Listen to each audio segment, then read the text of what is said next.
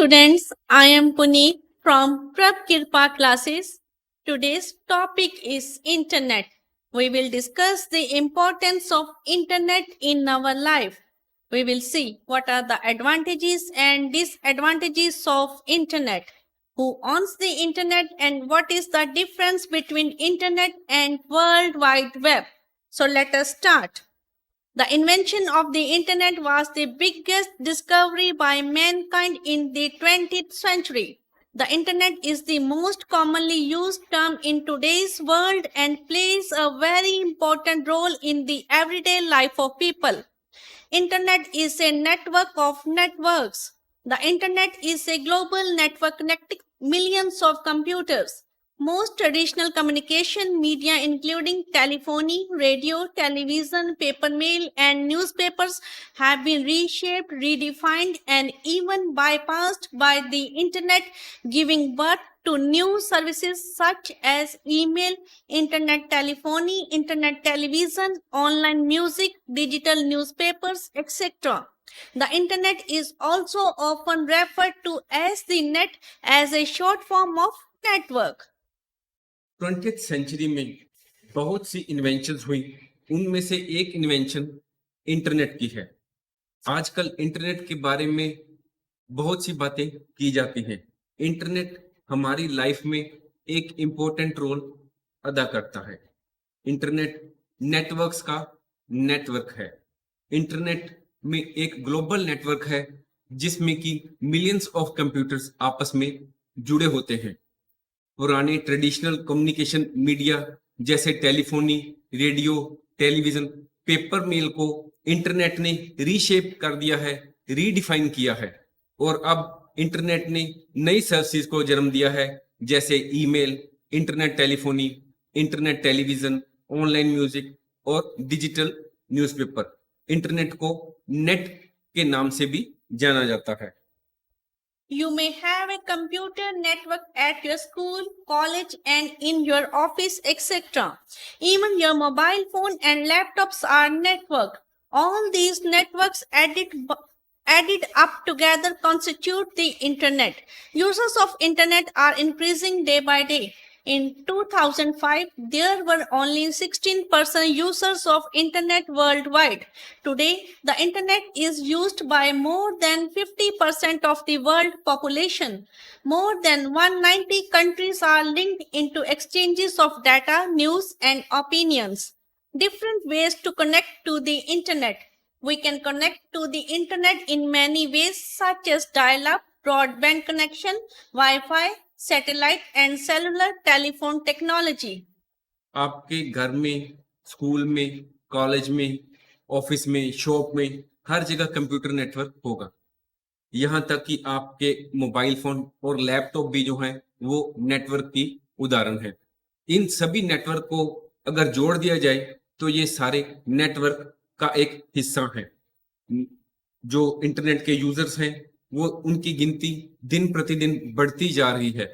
2005 में इंटरनेट के यूजर्स की संख्या दुनिया भर में सिर्फ 16% थी। आज वर्ल्ड पॉपुलेशन का लगभग 50% लोग इंटरनेट को यूज करते हैं।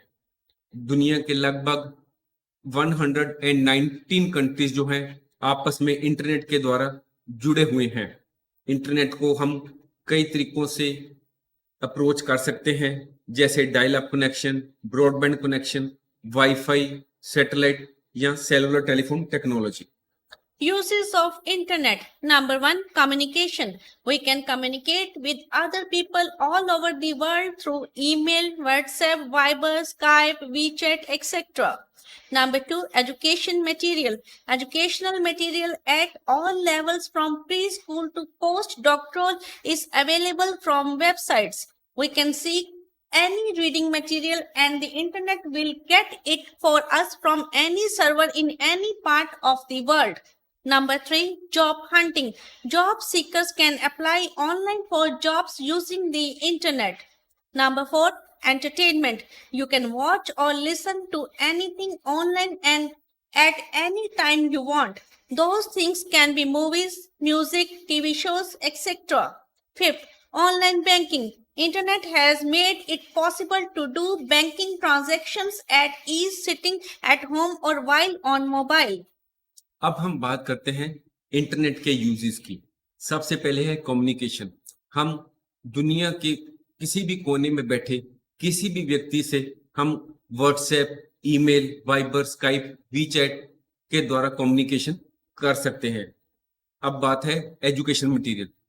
अगर हम एजुकेशन मटेरियल की बात करें तो छोटे से छोटे बच्चे से लेकर बड़ी से बड़ी पोस्ट डॉक्टरल एजुकेशन मटेरियल जो है वो हमें वेबसाइट्स पर मिल जाता है। हमें कोई भी रीडिंग मटेरियल चाहिए तो इंटरनेट जो है वो हमें प्रोवाइड कर देता है।